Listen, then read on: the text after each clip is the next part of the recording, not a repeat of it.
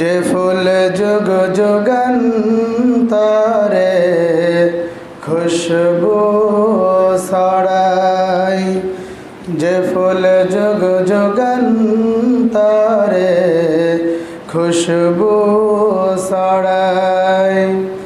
এক সে ফুল মোরা, এক সে ফুল মোরা মনেরি কাবায়,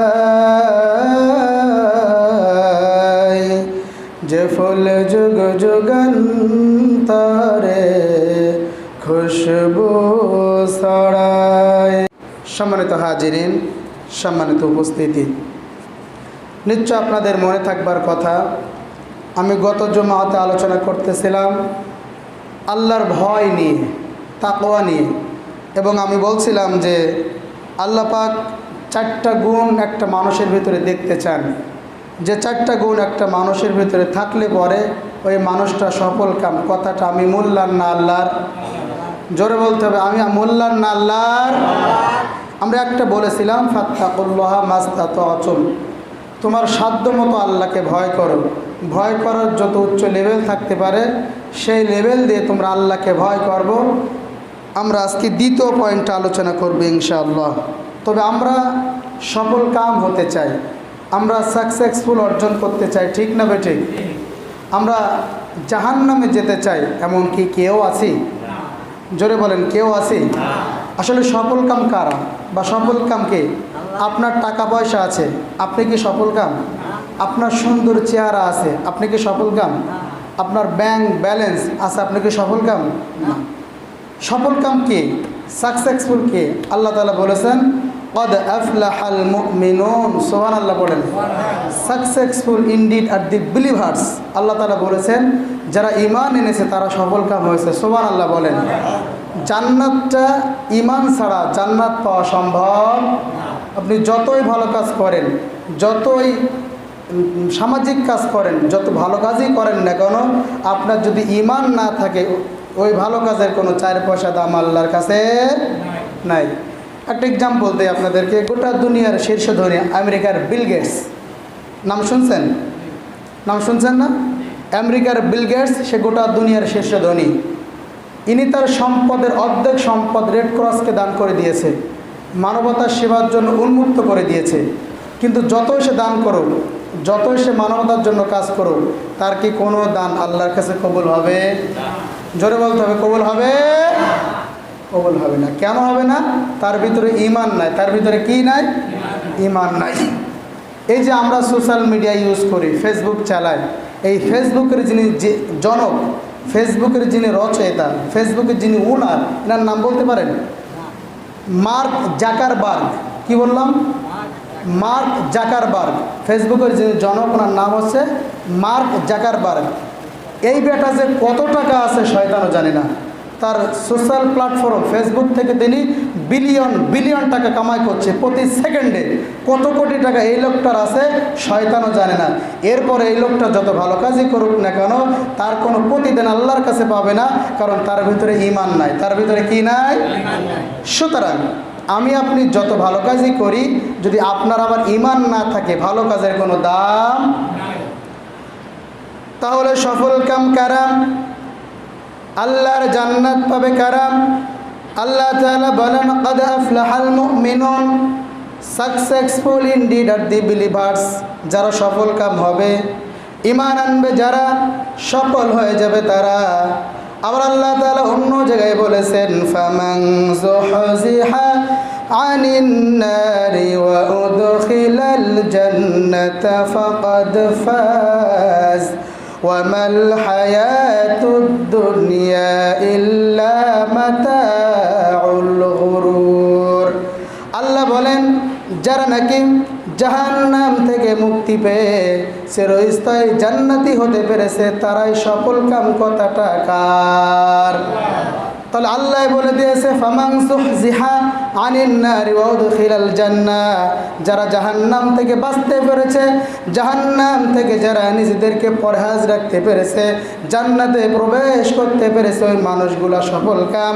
আর আমরা জানলাম জান্নাতে ইমানদার ছাড়া আর কেউ ঢুকতে পারবে তাহলে ইমানদার হবে যারা, সফল কাম হবে তারা, জান্নাতি হবে তারা। আসুন আমরা আয়াতের আলোকে আজকে জানার চেষ্টা করব। আল্লাহ তাআলা বলেছেন 4টা গুণ যার ভিতরে থাকবে ওই মানুষগুলা সফল কাম হয়ে যাবে, তার মানে ওই মানুষগুলা জান্নাতে চলে যাবে। সুবহানাল্লাহ বলেন। কয়টা গুণ অর্জন করতে হবে? জোরে বলেন কয়টা? 4টা গুণ। আমরা একটা বলেছিলাম তাকওয়া। তাকওয়া মানে আল্লাহর ভয়।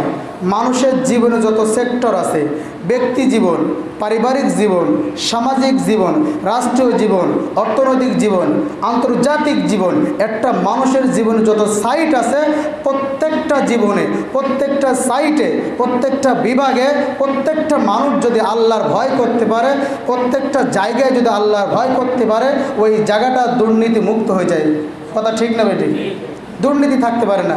দেখেন আজকে আমাদের সরকার বাহাদুর, আজকে আমাদের পুলিশ ডিপার্টমেন্ট, আজকে আমাদের নেতারা, এমপি, মন্ত্রীরা এই জাতি ভালো করার জন্য, এই মানুষদেরকে সৎপথ বা সত্য পথে আনার জন্য তারা কত চেষ্টা না করছে। বিশেষ করে র্যাবের মাইক দিয়া, র্যাবের টর্চার দিয়া, র্যাবের আঘাত দিয়ে জাতির ভালো করা যায় না। র্যাবের ভয় মানুষ 1-2 দিন করবে, র্যাবের ভয় মানুষের সামনে করবে। র্যাবের ভয় দিয়ে মানুষের ভালো করা যায় না। ভালো করা যায় রবের ভালোবাসা দিয়ে। কথা ঠিক না বেটি?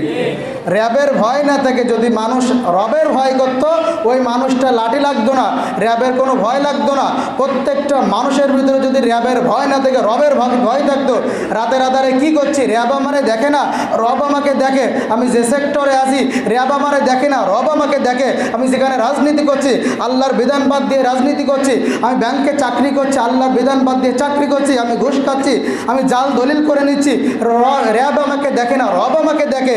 এই চিন্তা, এই টেন্ডেন্সি আমাদের ভিতরে থাকলে প্রত্যেকটা জায়গা দুর্নীতিমুক্ত হয়ে যাবে। ঠিক না বেটি?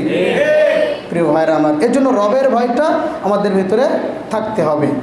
তো আমরা আসুন ইনশাল্লাহ রবের ভয় নিয়ে গত জমাতে কিছু আলোচনা করছিলাম, তাকওয়ার উপরে ইনশাল্লাহ। আজকে আমরা 2 নম্বর পয়েন্টে কথা বলবো। আল্লাহ যেন আমাকে বলার তৌফিক দান করেন। পড়েন আমিন।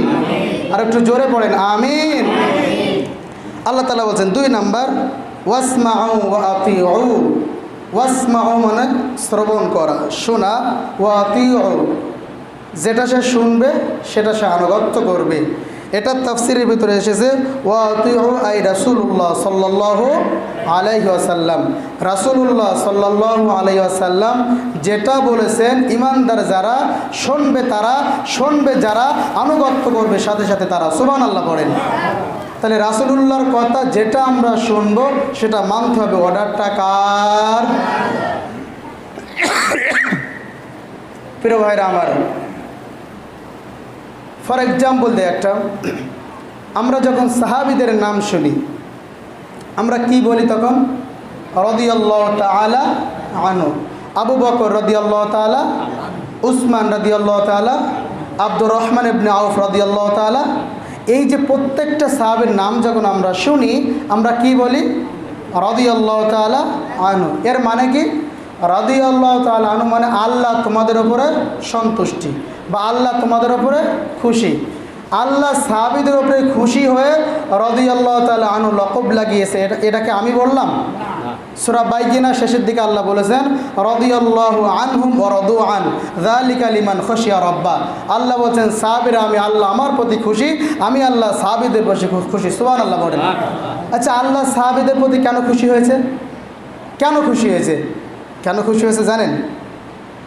রাসূলুল্লাহ সাল্লাল্লাহু আলাইহি ওয়াসাল্লাম যেটা বলেছেন সেটা নির্দ্বিধায় মেনে নিয়েছে। ওয়াসমাউ ওয়া আতিউ, যেটা শুনেছে সেটাই আনুগত্য করেছে, সেটাই মেনেছে। সুবহানাল্লাহ বলেন। আল্লাহ রাসূল যখন যেই কথাটা বলেছেন, যখন যে ইনফরমেশন মেসেজটা জাতির কাছে দিয়েছেন, সাহাবীরা কোনো প্রশ্ন করে নাই কেন করতে হবে, কি হবে এটার দ্বারা। আল্লাহ রাসূল যখন যেটা বলেছেন সাথে সাথে তারা যখন শ্রবণ করেছে, ওয়াসমাউ ওয়া আতিউ, তারা শ্রবণ করেছে সাথে সাথে আনুগত্য করেছে, তার মানে মেনে নিয়েছে, সেটার আমল বাস্তব লাইফে প্র্যাকটিক্যাল শুরু করে দিয়েছে। এই জন্য সাহাবীদের পরে আল্লাহ পাক কেমন খুশি হয়েছে, আল্লাহ পাক খুশি হয়ে তাদের নামের পেছনে লকব দিয়েছে রাদিয়াল্লাহু তাআলা আনহু। আজকেও যদি আমি আপনি রাসূলুল্লাহর প্রত্যেকটা কথা আনুগত্য করে মেনে নিতে পারি, রাসূলুল্লাহর প্রত্যেকটা কথা আমরা মানতে পারি। আল্লাহ তাআলা রাসূলুল্লাহ সাল্লাল্লাহু আলাইহি ওয়াসাল্লাম সম্পর্কে বলেন, মা আতাকুমুর রাসূলু ফাখুযু ওয়া মা নাহাকুম আনহু ফান্তাহু। আমার রাসূল হলো শরিয়াত প্রণেতা, আমার রাসূল যেটা করতে বলো সেটা তোমরা করো, আমার রাসূল যেটা ছাড়তে বলো তোমরা সেটা ছেড়ে দাও। সাহাবীরা যখন আল্লাহ রাসূল বলেছেন এটা করতে হবে সেটা করেছে, আল্লাহ রাসূল বলেছেন এটা করা যাবে না সেটা তারা বাদ দিয়ে দিয়েছে। এক কথায় তারা তাদের জীবন বাজি রেখে আল্লাহ রাসূলকে আনুগত্য করেছেন, এই জন্য আল্লাহ পাক তাদের উপরে খুশি হয়েছে। সূরা বাকারার শেষের দিকে আল্লাহ বলেছেন, প্রত্যেকটা কোরআনের কথাগুলো যারা মানতে পারবে, তারা যদি সিদ্ধান্ত দিতে পারে, আমি আল্লাহ তাদের প্রত্যেকটা গুনাহগুলো মাফ করে দেব। আল্লাহ বলেন সামি'না ওয়া আতা'না। আল্লাহ বলেন যারা বলবে আমরা শুনলাম মানলাম, আল্লাহ বলেন গুফরানাক, আমি আল্লাহ তাদের ক্ষমা করে দিলাম। সুবহানাল্লাহ পড়েন। তাহলে এই যে আমি আপনাদের সামনে বয়ান করছি, কোরআনের যে কথাগুলো আমাদের সামনে আসবে, কোরআনের যে বয়ানগুলো আপনার সামনে আমার সামনে আসবে, প্রত্যেকটা কথা মানার দরকার আছে না নাই? প্রত্যেকটা কথা যদি আমি আপনি মেনে নিতে পারি, আল্লাহ পাক আমার উপরে আপনার উপরে খুশি হয়ে জীবনের গুনাহ খাতাগুলো মাফ করে দিবেন। সুবহানাল্লাহ পড়েন, আরো চিৎকার করে পড়েন সুবহানাল্লাহ। এবার দেখেন আল্লাহ তাআলা রাসূলুল্লাহর প্রত্যেকটা কথার আনুগত্য করতে বলেছেন। সূরা আলী ইমরান 3 নম্বর পারা 13 নম্বর পৃষ্ঠা 4 নম্বর লাইনে 32 নম্বর আয়াত। তাফসিরে তাফহিমুল কোরআন থেকে জানাচ্ছি, আল্লাহ তাআলা বলেন কুল আতিউল্লাহা ওয়ার রাসূল ফাইন তাওয়াল্লাউ ফাইন্নাল্লাহা লা ইউহিব্বুল কাফিরিন। আল্লাহ তাআলা বলেন কুল, আল্লাহ তাআলা আমরের সিগা দিয়েছে কুল, আল্লাহ তাআলা আদেশ করছেন, এটা আমরের সিগা। আল্লাহ বলেন ও নবী আপনি তাদেরকে বলুন আতিউল্লাহ ওয়ার রাসূল, তারা যেন আপনার আনুগত্য করে এবং আমি আল্লাহ আমার আনুগত্য করে। তার মানে আল্লাহ পাক নিজেই তিনি ফতোয়া দিয়েছেন আনুগত্য করতে হবে আল্লাহর এবং তার রাসূলের। এই দুইটা জিনিস ছাড়া কারোর আনুগত্য করা যাবে না। এই দুইটা জায়গায় আনুগত্য করতে হবে, দুইটা জায়গা বাদ দিয়ে আনুগত্য করলে সেই আনুগত্য আল্লাহর কাছে পৌঁছাবে না। এরপরে ভয়ঙ্কর কথা আল্লাহ আরও বলেছেন, এরপরে শব্দ আল্লাহ কী বলেছে শোনেন, ফাইন তাওয়াল্লাউ, যদি তারা আপনার আনুগত্য না করে, তারা যদি আমি আল্লাহ আমার আনুগত্য না করে, আপনি রাসূল আপনার আনুগত্য না করে, আপনি তাদেরকে জানিয়ে দেন ফাইন্নাল্লাহা লা ইউহিব্বুল কাফিরিন, আল্লাহ কোনো অস্বীকারীদের ভালোবাসেন না। কথাটা আপনারা বুঝতে পারেন নাই, কত বড় কথা। আমরা ইবাদত করছি, এই যে নামাজ পড়তে এসেছি, বলেন তো কার খুশির জন্য? আমরা রমজান মাসে 30 দিন দিনের বেলায় না খেয়ে কষ্ট পাই, পানির যন্ত্রণায় বুকে ছাতা ছিঁড়ে যায়, কার খুশির জন্য? আমরা ইবাদত করি, তাহাজ্জুদ পড়ি, কার খুশির জন্য? আল্লাহ বলছে মানুষ যদি আল্লাহর আনুগত্য না করে, রাসূলুল্লাহর আনুগত্য না করে, তাহলে নবী আপনি জানিয়ে দেন ফাইন্নাল্লাহা লা ইউহিব্বুল কাফিরিন, কোনো কাফেরকে, কোনো অস্বীকারীকে আল্লাহ ভালোবাসে। আচ্ছা কাফের কি কোনো সম্প্রদায়ের নাম? বলেন কাফের কি কোনো সম্প্রদায়ের নাম? মুসলিম একটা সম্প্রদায়ের নাম, খ্রিস্টান একটা সম্প্রদায়ের নাম, ইহুদি একটা সম্প্রদায়ের নাম, মাজুসি একটা সম্প্রদায়ের নাম। বিভিন্ন যে কওমগুলো বিভিন্ন দলে বিভক্ত, এটা মানে এদের একটা পরিচয় আছে, এটা একটা কওমের নাম। কিন্তু যারা কাফের এটা কোনো গোষ্ঠীর নাম নয়, এটা কোনো দলের নাম নয়। কাফের এটা যে কোনো ব্যক্তির ভিতরে থাকতে পারে। কাফের মানে অস্বীকারী। আপনি যদি কোরআন অস্বীকার করেন, কোরআনের কোনো বিধানটাকে অস্বীকার করেন, আরবিতে আপনাকে বলা হয় কাফের। আরবিতে কি বলা হয়? কাফেরের আর একটা অর্থ হচ্ছে ঢেকে ফেলা। আপনি যদি আরবি অভিধান খোলেন, আরবি ডিকশনারি খোলেন, আপনি সেখানে দেখতে পাবেন কাফের শব্দের অর্থ যতগুলো অর্থ আছে তার একটা অর্থ হচ্ছে গোপন করে ফেলা, ঢেকে ফেলা। সেই হিসাবে কৃষক যারা কাজ করে তারা কি বীজ ঢেকে ফেলে না আগলায় দেয়? কথা বোঝে নাই, ঢেকে ফেলে। সেই হিসাবে কৃষক কি কাফের। এখন আমি যদি বলি কৃষক আপনি কাফের, সে কি মানবে? না। মানে অর্থের দিক দিয়ে যেহেতু সে বীজটা ঢেকে ফেলে, কাফের মানে সে ঢেকে ফেলা। কথাকে আমি বুঝাইতে পারলাম? সে কাফের আমি সেটা বলছি না, জাস্ট অর্থ বোঝানোর জন্য বলতেছি। তাহলে কাফের মানে ঢেকে ফেলা, অস্বীকার করা। এই কোরআনের প্রত্যেকটা বিধান, আপনি নামাজ পড়বেন, আপনি রোজা রাখবেন, আপনি টাকা থাকলে হজ করবেন, দান সৎকার করবেন, কোরআনের কিছু দিয়ে এতটুকু বিধান আছে? কথা বলে না। আপনি জিকির আজগার করবেন, কোরআনের বিধান কি এতটুকু সীমাবদ্ধ? না। কোরআনের যতটা হুকুম আল্লাহ দিয়েছে, বিসমিল্লাহর বাদ থেকে সূরা নাসের সিন পর্যন্ত প্রত্যেকটা হুকুম আল্লাহ যা দিয়েছে, প্রত্যেকটা অক্ষরে অক্ষরে আপনার মানা লাগবে। ওটা তিতো হোক আর মিষ্টা হোক, আপনার পক্ষে আসে হোক বিপক্ষে যাক, যাই হোক না কেন, ওটা প্রত্যেকটা কথা অকপটে আপনাকে মেনে নেওয়া লাগবে, স্বীকার করা লাগবে। আপনি একটা মানবেন একটা মানবেন না, তা হতে পারে না। যেটা আপনি মানবেন না, কোরআনের দৃষ্টিতে আপনি কাফের। এই কাফের যারা হবে, আল্লাহ বলেন লা ইউহিব্বু, আল্লাহ তাদেরকে ভালো, জোরে বলেন আল্লাহ তাদেরকে, পিছনে ভাইরা বলেন আল্লাহ তাদেরকে, খেয়াল করেন লা ইউহিব্বু। এখানে যারা আলেম ওলামা আছেন, যারা আলেম পাস, যারা একটু আরবি পড়েছেন, মাদ্রাসায় পড়েছেন, জানবেন ইউহিব্বু এই শব্দটা মুজারের সিগা, বর্তমান ভবিষ্যৎ, প্রেজেন্ট ফিউচার, হাল এবং মুস্তাকবেল। আল্লাহ বলছে আমি তাদেরকে ভালোবাসি না, বাসবো না। বর্তমান বাসি না, ভবিষ্যতেও বাসবো না। তার মানে কোরআন যারা অস্বীকার করে, রাসূলুল্লাহর আনুগত্য যারা করে না, আল্লাহর আনুগত্য যারা করে না, আল্লাহ তাদেরকে এখনও ভালোবাসছে না, বাসবেও না। কথাটা কার? আল্লাহ বলেছে লা ইউহিব্বু, আমি তাদেরকে ভালোবাসি না। তাহলে রাসূলুল্লাহর আনুগত্য করার দরকার আছে না নাই? জোরে বলেন ভাইরা, আছে না নাই? কেন আনুগত্য করবেন না? কেন মানবেন না সেই রাসূলকে?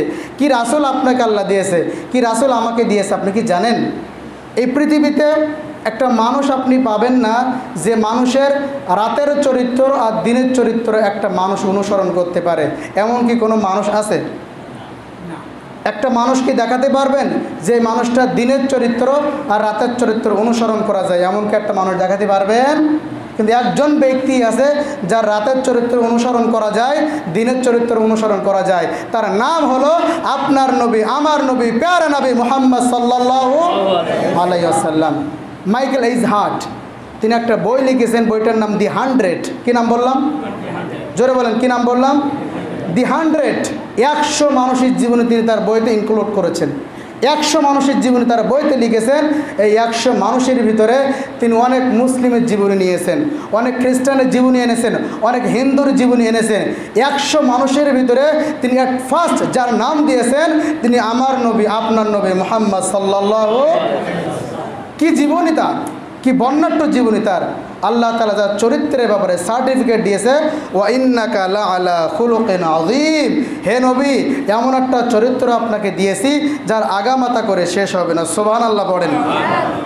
আযীম শব্দটার ব্যাখ্যা গ্রহণ করেন। আমরা রুকুতে গিয়ে কি পড়ি? সুবহানা রব্বিয়াল, জোরে বলেন সুবহানা। পেছনের ভাইরা বলেন, আমরা রুকুতে গিয়ে কি পড়ি? সুবহানা রব্বিয়াল আযীম। শব্দটা শুধুমাত্র আল্লাহর জন্য খাস। ভালো করে শোনেন, আযীম শব্দটা শুধুমাত্র আল্লাহর জন্য খাস। আবার আল্লাহ তাআলা কোরআনুল কারীমে সূরা ফাতিহাকে, সূরা ফাতিহার গুরুত্ব বুঝাতে গিয়ে আযীম শব্দ আল্লাহ ব্যবহার করেছেন। আল্লাহ বলেছেন ওয়ালাকাদ আতাইনাকা সাবআম মিনাল মাসানি ওয়াল কোরআনাল আযীম, হে নবী আপনাকে এমন 7টা আয়াত দিয়েছি যেটা এত বেশি, এত ব্যাপক। সূরা ফাতিহা ব্যাখ্যা করলে গোটা কোরআন হয়ে যায়, পুরা কোরআন ব্যাখ্যা করলে সূরা ফাতিহা হয়ে যায়। সুবহানাল্লাহ পড়েন। সেই আযীম শব্দটা আল্লাহ পাক তার নবীর চরিত্রের জন্য ব্যবহার করেছেন।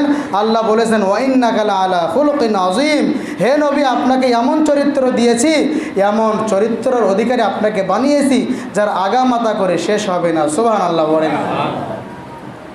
মাঝে মধ্যে দেখা যায় সেই নবীকে নিয়ে পৃথিবীর অনেক জায়গায় সেই নবীকে নিয়ে বাজে উক্তি ব্যবহার করে। এমন কিছু কুলাঙ্গার, মায়ে তাড়ানো, বাপে খাদানো কিছু কুলাঙ্গারের জাত আছে না নাই? কি সাহস এদের বুকে! এই যে কিছুদিন আগেই আমাদের দেশের একটা ছেলে, তিনি রাসূলুল্লাহকে গালি দিয়েছে। আসাদ নূর, আপনারা নাম শুনেছিলেন না? শুনেছিলেন? যুবকরা কথা বলো, শুনেছিলেন? আসাদ নূর, এই বেটা দেখেন তিনি রাসূলুল্লাহকে নিয়ে কথা বলেছে। আমি কোনো রাজনৈতিক বক্তব্য দিচ্ছি না, এটা আমার ইমানের দাবি। রাসূলুল্লাহকে ভালোবাসতে হবে। লা ইউমিনু আহাদুকুম হাত্তা আকুনা আহাব্বা ইলাইহি মিন ওয়ালিদিহি ওয়া ওয়ালাদিহি ওয়ান নাসি আজমাইন। ততক্ষণ মুমিন হতে পারবে না যতক্ষণ পর্যন্ত নিজের চাইতে, স্ত্রীর চাইতে, সন্তানের চাইতে, সম্পদের চাইতে রাসূলুল্লাহর ভালোবাসা বেশি না হবে। আমরা রাসূলুল্লাহর ভালোবাসায় বলছি। এই আসাদ নূর যখন কথা বলল, তার বাপ তাকে ত্যায্যপুত্র করেছে। গোটা দেশ যখন রাসূলুল্লাহর প্রেমিক যারা, রাসূলুল্লাহর ভক্ত যারা, গোটা দুনিয়া 200 কোটি মুসলমানদের কলিজে আগুন ধরিয়ে দিয়েছে। আসাদ নূর বিশ্বনবীকে নিয়ে কথা বলেছে। সে কি বলেছে? রাসূলুল্লাহ নুচ্ছু ছিল, 11টা বিয়ে করেছে। নাউজুবিল্লাহ বলেন। ওর বোঝা উচিত ছিল রাসূলুল্লাহ যদি নারী পিপাসী হবে তাহলে 25 বছরের যুবক কখনো 40 বছরের নারী বিয়ে করতো না, ঠিক না বেটি? সে যদি নারী পিপাসী হতো কখনো এরকম একটা মেয়েকে তার মতন যুবক বিয়ে করা স্বাভাবিক ছিল না। আমরা প্রতিবাদ জানিয়েছি, আসাদ নূর তুই যদি বাংলাদেশে থাকতিস, কত বড় হিম্মত! এই মুসলমান বেঁচে থাকা পর্যন্ত গোটা দুনিয়ায় 200 কোটি মুসলমান ঘোরাফেরা করে, এই বাংলাদেশে 18 কোটি মুসলমান বাঁচবার পরে বাংলাদেশের বুকে যদি আসাদ নূর এই কথা বলতে পারতো, মুসলমানের রক্ত থাকা পর্যন্ত আসাদ নূরের কলিজাকে ছেড়ে কথা বলতো না। ওর কপাল ভালো বাংলাদেশে ছিল না। রাসূলুল্লাহ বেঁচে থাকবে, রাসূলুল্লাহর সম্মান নিয়ে কথা বলবে, রাসূলুল্লাহর উম্মত বেঁচে থাকবার পরেও সেই লোকটা বেঁচে থাকতে পারে, এক ফোঁটা রক্ত কোনো মুসলমানের গায়ে থাকা পর্যন্ত ওই লোকটাকে ছেড়ে কথা বলতে পারে না। ওর কপাল বলো, বিদেশি থেকে এই কথাটা তিনি ভার্চুয়াল এই কথাটা বলেছে। 200 কোটি মুসলমানের কলিজে আঘাত দিয়েছে। আপনি চিন্তা করতে পারছেন কোন রাসূলের গায়ে আঘাত করেছে? যে রাসূলুল্লাহকে না মানলে নামাজও আপনার হবে না, আপনি রোজা রাখেন রোজাও হবে না, আপনি দান করেন দানও হবে না, ইসলামের যে কাজটাই করেন কোনো কাজ হবে না, কোনো মাওলানার ফতোয়া দিয়ে হবে না। রাসূলুল্লাহকে যদি নেতা না মানতে পারেন, রাসূলুল্লাহ আদর্শ আপনি না মানতে পারেন, নামাজ, কালাম, রোজা, হজ, যাকাত, মসজিদ, তাহাজ্জুদ কোনো দান আল্লাহর কাছে মঞ্জুর হবে না। অথচ সেই মুসলমানদের কলিজে আঘাত দিয়েছে। ও যদি এই দেশে থাকতো, গরুর গোশত যেমন মানুষ পিস পিস করে কাটতো, ওরে মানুষ ওইভাবে কাটতো, ঠিক না বেঠিক? প্রিয় ভাইরা আমার, রাসূলুল্লাহর ভালোবাসা আমাদের ইমানের দাবি। রাসূলুল্লাহর ভালোবাসা, আল্লাহ বলেছেন ওয়াসমাউ ওয়া আতিউ। রাসূলুল্লাহর কথা, প্রত্যেকটা কথা আনুগত্য করতে হবে। দেখেন, আমার রাসূল বলেছে সাহাবীরা, রাতের বেলায় যেটা তোমরা, দিনের বেলায় তোমরা যেটা আমাকে দেখো, এটা সাহাবীদের কাছে বলে দাও। রাতের বেলায় স্ত্রীদেরকে বলেছে, আমি রাতে তোমাদের সাথে যা যা করি সেটা তোমরা আমার সাহাবীদের ভিতরে বলে দাও। কেন বলে দাও? আল্লাহ বলেছেন, লাকাদ কানা লাকুম ফি রাসূলিল্লাহি উসওয়াতুন হাসানা, সূরা আহজাবের 21 নম্বর আয়াত। আল্লাহ বলেন, আমি তোমাদের জন্য উত্তম আদর্শ করেছি মুহাম্মদ সাল্লাল্লাহু আলাইহি ওয়াসাল্লাম। আমি যেহেতু তাদের মডেল, আমি যেহেতু তাদের আদর্শ, সে রাত্রে যাপন করবে কিভাবে, রাতটা অতিবাহিত করবে কিভাবে, এটা তাদের জানার দরকার আছে না নাই? জোরে বলেন, আছে না নাই? আর রাসূলুল্লাহ সব শিখিয়ে গিয়েছে। স্ত্রী সহবাস করতে কিভাবে, এটা রাসূলুল্লাহ দেখিয়েছে। সুবহানাল্লাহ বলেন। সব কথা হাদিসে আছে না নাই? এমন কোনো সাইটে আপনি পাবেন না। আপনার কি দরকার? আপনি প্রশ্ন করেন আমার কাছে, হুজুর রাসূলুল্লাহ জীবন এই দিকটা নাই, কি নাই প্রশ্ন করেন। প্রত্যেকটা সাইট রাসূলুল্লাহ করে দেখিয়ে দিয়েছে, এই কাজটা এভাবে করবা। আল্লাহর বান্দারা, তাহলে রাসূলুল্লাহর অনুসরণ করতে হবে সব জায়গায়। অথচ আমরা এমন হয়ে গেছি, আজকে আমরা মুসলিম জাতি, এই দেশে অনেক যুবক পাওয়া যায়, এই দেশে অনেক সেলুনের দোকান আছে, সেলুনের দোকানে নেইমার, মেসি, বিভিন্ন খেলোয়াড়ের চুলের কাটিং ঝোলানো আছে না নাই? আপনি রাসূলুল্লাহর সুপারিশ পেতে চান, আপনি জান্নাতে যেতে চান, আপনি রাসূলুল্লাহর সুপারিশ পেতে চান, রাসূলুল্লাহর আদর্শ আপনার কাছে নাই। দুঃখ লাগে, বড় আফসোস লাগে। আপনি মুসলিম, আপনি দোকানদার, আপনি এক রাসূলুল্লাহর আদর্শের মতন চুল কাটতে পারেন না, আপনার এই সাহস আপনার হয় না। আপনি মেসি, নেইমার, বিভিন্ন খেলোয়াড়দের স্টাইলে আপনি চুল কাটেন। বলেন তো, রাসূলুল্লাহ ছাড়া অন্য কারো আদর্শ ফলো করা যাবে কি যাবে না? যাবে না। আল্লাহ তাআলা স্পষ্ট বলে দিয়েছে, ইয়া আইয়ুহাল্লাযীনা আমানু লা তাত্তাখিযুল ইয়াহুদা ওয়ান নাসারা আউলিয়া। হে ঈমানদারেরা, ইহুদি খ্রিস্টানদের অনুসরণ করো না। এই যে আর্জেন্টিনার, এই যে মেসি, এই যে রোনাল্ডো, এই যে নেইমার, এরা কি মুসলিম না অমুসলিম?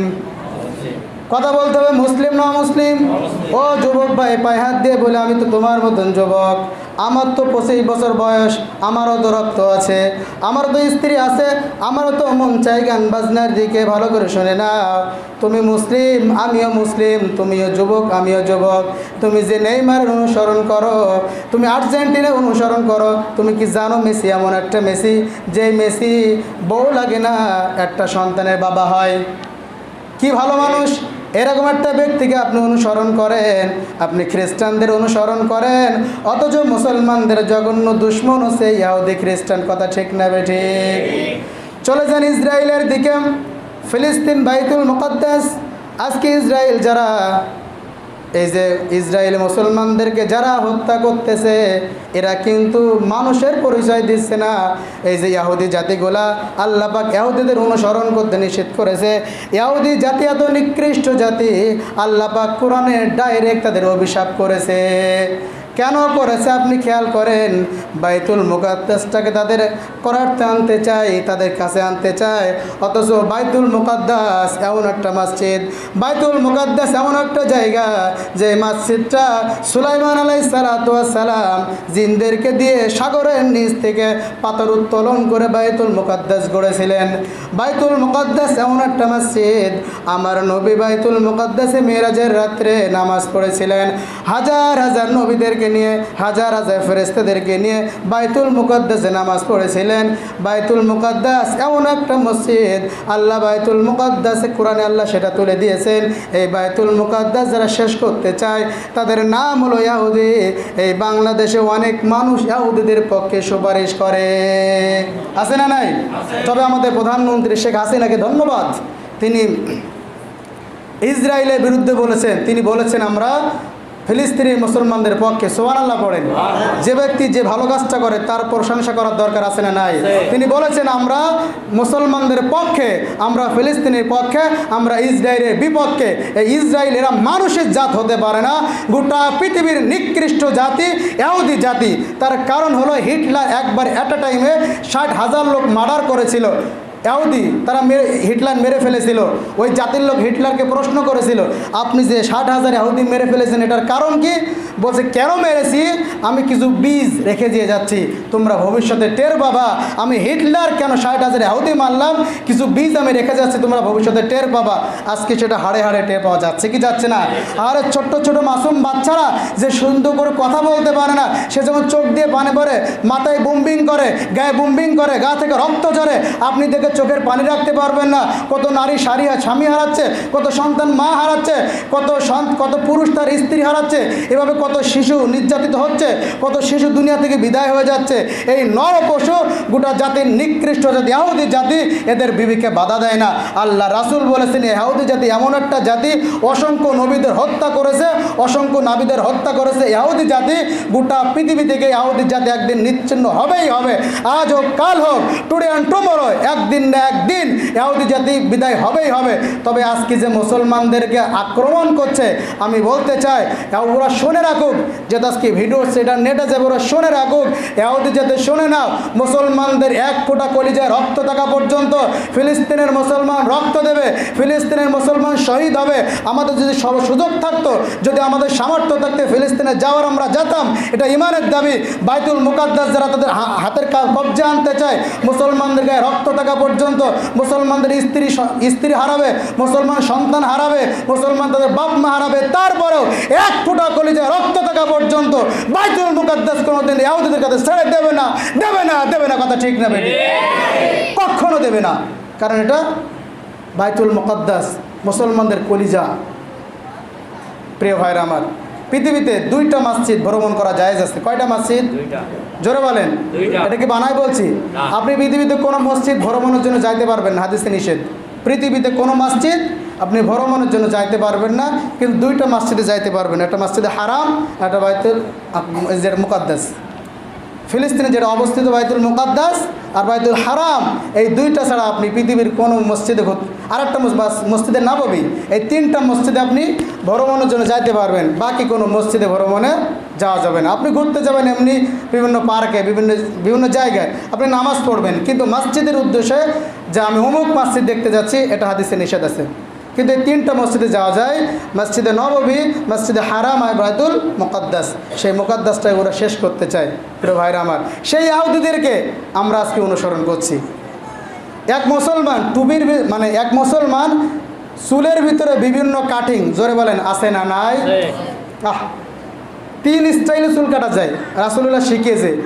একটা ভাল লাগে না আর একটা করো, আর একটা ভাল লাগে না আর একটা করো, কিন্তু যে কোনো একটা ফলো করো, যে কোনো একটা ফলো করো। আপনি চুল কাটেন, প্লেন চুল করেন একেবারে, যেটা আমরা টাক বলি বাংলা ভাষায়, এটাও যদি ভালো না লাগে আপনি মিডিয়াম সাইজে রাখেন, এটাও যদি ভালো না লাগে আপনি বাবলি রাখেন, এটা তো সুন্নত। 3টের একটা আপনি করেন, এমন রাখবে এই দিকতেও নেই এই দিকতেও নেই, মাঝখানে তালপট্টি বানা, আছে না নাই? আবার এখন কিছু চুল পাওয়া যায় চারি সাইডটা কোনো দিকতে নেই, মেয়ে লোকজন বেউনিকে দিয়ে মাথায় একটা ফুল পানা করে রাখে, এখন ওই পানি রাখে। শয়তানের দেখলে মনে হয় মুখে মারি লাতি ওর, ও দেখলে মনে হয় না পুরুষ ওর। এটা কোনো কাটিং হইল? এটা কোনো সাইজ হলো? এটা রাখ, এটা মাধুর্য বানা রাখ, কোনো সাইড টেনে মাঝখান দিয়ে কড়া চুল রেখে একটা ফিতি বানা দে, যেটা মেয়েরা গোল করে রেখে ঠিক ওই বালি রেখেছে। তো এটা কোনো কাটিং হইল? প্রিয় ভাইরা আমার, তাহলে এক চুলের ভিতরে আমার রাসূলুল্লাহর আদর্শ রাখতে পারে না। আসুন আর একটু নিচে নামে, ওখান থেকে নিচে নামে এই যে আমাদের দাড়ি, এবার ম্যাক্সিমাম মানুষ ধরা খাবে। আমরা সবাই জান্নাতে যেতে চাই, সবাই চায় রাসূলুল্লাহর সুপারিশ আমরা পেতে, অথচ রাসূলুল্লাহর একটা আদর্শ আমরা মানতে রাজি নাই। দাড়ি রাখা কি খারাপ কোনো কাজ? অনেক মানুষ বলে, বা অনেক ইয়ং ম্যানের প্রশ্ন হয়েছে, হুজুর এখন দাড়ি রাখলে বিয়ে শাদী হবে না, এই সে নানান তাল প্রশ্ন। আচ্ছা বলেন তো, আমি কি বিয়ে করিনি? কথা বলে না কেউ। আমি কি বিয়ে করিনি? আমি কি দাড়ি শেষে বিয়ে করেছি নাকি? আমি গর্ব করে বলতে পারি আমার জীবনে আমার দাড়িতে আমি ফুল লাগাইনি। আমি গর্ব করে বলতে আমার জীবনে আমি কখনো বেলেট দিয়ে আমার দাড়িতে ফুল লাগাইনি। আমরা বিয়ে করিনি, তাহলে কেন দাড়ি? আপনি ভালো করে বুঝবেন, যে নারী আপনার দাড়ি দেখে আপনাকে অপছন্দ করে সে আপনার উপযুক্ত নয়। যে নারী আপনার দাড়ি অপছন্দ করে বুঝতে হবে, এ যদি আপনার সংসারে আসে আপনার সংসারে জাহান্নাম বানিয়ে ফেলবে। কারণ যে ইসলাম পছন্দ করে না তার দ্বারা কখনো সংসারে সুখ হতে পারে না। আজকে আপনার ঘরে আসবে, আপনি লোভে পড়ে নিয়ে আসবেন, 2 দিন পরে আপনার মুখে লাথি মেরে আপনার ডিভোর্স করে চলে যাবেন। তাহলে যে নারী আপনার দাড়ি পছন্দ করে না, আপনি ভাববেন একটা বালা গেল, একটা মুসিবত দূর হয়ে গেল। আপনি দাড়ি রাখেন, একটা ইসলাম প্রিয় মানুষ আপনি পাবেন, একটা জীবনসঙ্গিনী পাবেন যে মেয়েটা ইসলাম পছন্দ করে, যে মেয়েটা রাসূলুল্লাহ সুন্নাহ পছন্দ করে, আপনার ঘরটা উজালা করে দেবে। সুবহানাল্লাহ পড়েন। তাহলে আমরা দাড়ি রাখতে পারি না। এখন আবার ইদানিং কিছু কিছু দাড়ি পাওয়া যাচ্ছে, এ কোন ধাঁচের বা কোন জাতের দাড়ি আমি বলতে পারবো না, এ মাথায়ও আসে না, কোন একদম চিকন করে রেখে দেয়, আছে না? কিছু বলেন আছে কিনা বলেন? আচ্ছা এ কোন জাতের দাঁড়িয়ে এত চিকন করে, ছোটো ছোটো করে চিকন করে, এ কোন জাতের দাঁড়িয়ে? আল্লাহ রাসূল বলেছেন গোপটাকে ছাটো, দাড়িটাকে ছাড়ো। আর আমরা করেছি কি, দাড়িটাকে ছেড়ে দিছি আর গোপটাকে রেখে দিছি। এমন গোপ ওরা দেখার কায়দা নেই, হাইব্রিড জাতের মোষ, মনে সার মেরিছে ওদের, এমন পুরো হয়ে গেছে ওর গোপ দেখা যাচ্ছে না। ও পানি খাবে কি করি, ও মুড়ি খাবে কি করি বলেন তো? মুড়ি তো ছেলে দিতে হয়, ও মুড়ি খাবে কি করি, অথচ দাড়ি নাই। রাসূলুল্লাহ যেটা আমাদের বলে গেছে ঠিক আমরা উল্টো বেরিয়ে নিয়েছি। আল্লাহ রাসূল বলেছেন যে ব্যক্তি দাড়িতে খুদ দেয় তার 3টা সমস্যা হয়। জোরে বলেন তো কয়টা সমস্যা হয়? 1 নাম্বার স্কিনের সমস্যা হয়। দেখবেন যারা দাড়িতে খুদ দেয় তাদের স্কিনের সমস্যা হয়, ত্বকের সমস্যা হয়। দেখবেন মাঝে মধ্যে বরণ বেরোয়, বিভিন্ন ডিসকালার হয়ে যায়, বিভিন্ন সমস্যায় পড়ে যায়। এবং দেখবেন যারা দাড়ি চাষে, আপনি একটু আয়নার সামনে যাবেন, আপনি দাড়ি চাষার পরে আপনি যখন আয়নার সামনে যাবেন দেখবেন তো আপনার আসলে বীর পুরুষ লাগে না কা পুরুষ লাগে, আপনি একটু মাপবেন নিজে নিজে। এরপরে 2 দিন পরে যখন হালকা হালকা গজায় তখন কিরামটা লাগে একটু কম দিন। দাড়ি আজকে সে বললাম 2 দিন পরে হালকা হালকা গজাবে না, তখন কিরামটা লাগে, কিরামটা বিশ্রী লাগে না? তাহলে আপনি দাড়িটা রেখে দেন, আপনি কালো হন সাদা হন, দাড়ি হলো পুরুষের সৌন্দর্য। আল্লাহ রাসূল বলেছেন এই যে গহনা, কানের দুল, নাকের ফুল, গলার হার, এগুলো নারীদের সৌন্দর্য, এগুলো নারীদের গহনা। আর পুরুষের সৌন্দর্য হচ্ছে দাড়ি। সুবহানাল্লাহ পড়েন। যুবক ভাই, তোমাদেরকে পায়ে হাত দিয়ে বলি, তোমাদেরকে আমি ভালোবাসি। এই জুমার বয়ান, মেয়েরা ছেলেদেরকে আই লাভ ইউ বলে, ছেলেরা মেয়েদেরকে আই লাভ ইউ বলে। আমি তোমাদেরকে কলিজা দিয়ে ভালোবাসি। কোরআন হাতে নিয়ে বলছে আই লাভ ইউ, আমি তোমাদেরকে ভালোবাসি। তোমরা মুখে দাঁড়িয়ে রেখে দাও, তোমাদের সৌন্দর্য বাড়বে, আল্লাহ অনেক বরকত দিবে, জীবন থেকে অনেক বালা মুসিবত দূর হয়ে যাবে। আল্লাহ যেন আমাদেরকে দাঁড়িয়ে রাখার তৌফিক দান করেন, আমরা পড়ি আমিন। সিদ্ধান্ত নিন দাঁড়িয়ে রাখবেন। প্রিয় ভাইরা আমার, আসুন তাহলে আমরা দাড়ি পর্যন্ত আসলাম, এখনও সারা শরীর বাকি আছে, সময় আমার শেষ। প্রিয় ভাইরা আমার, তো আমরা রাসূলুল্লাহ যে আদর্শগুলো শুনবো, আল্লাহ পাক যে কথাগুলো বলেছে, আল্লাহ বলেছেন ওয়াসমাউ ওয়া আতিউ। রাসূলুল্লাহ যেটা বলেছে প্রত্যেকটা কথার আনুগত্য করতে হবে। আপনি যদি আনুগত্য করতে পারেন তাহলে আপনি আল্লাহর জান্নাতে যেতে পারবেন। আর আপনি যদি আল্লাহর জান্নাতে যেতে পারেন, আপনি হলেন সফলকাম। আল্লাহ সেটাই বলেছেন, কদ আফলাহাল মুমিনুন, successful indeed are the believers. মুমিন যারা সফলকাম তারা। মুমিন না হতে পারলে আপনি সফলকাম হবেন না। আর যতক্ষণ রাসূলুল্লাহর সুন্নাত মানতে পারবেন না, আপনি ততক্ষণ মুমিন হতে পারবেন না। আসুন আমরা রাসূলুল্লাহর আদর্শটাকে ফলো করি। আমরা রাসূলুল্লাহর আদর্শ মেনে এই জীবনে প্রত্যেকটা জায়গায় রাসূলুল্লাহর আদর্শ যেন আমরা মানতে পারি। আল্লাহ আমাদেরকে তৌফিক দান করুক, আমরা পড়ি আমিন।